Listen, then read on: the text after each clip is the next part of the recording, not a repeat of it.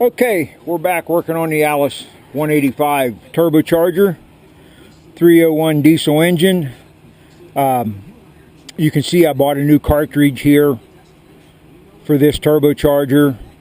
Reason being, the old one, the seals were leaking on it, and it was pushing oil out the exhaust profusely. And then after I shut the tractor off, and I realized it was actually pushing oil out of the intake side over to the intake on the engine also. So I decided, I was looking on eBay, I was going to buy a seal kit.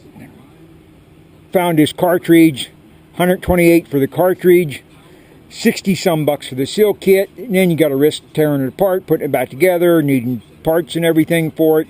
I thought for 128 bucks, I'd just buy a brand new cartridge ready to go. So that's what I did. So there's that cartridge in there. But now that I have this old one apart, here's the old cartridge out of it. I'm glad I did, because it looks to me like something went through this turbo.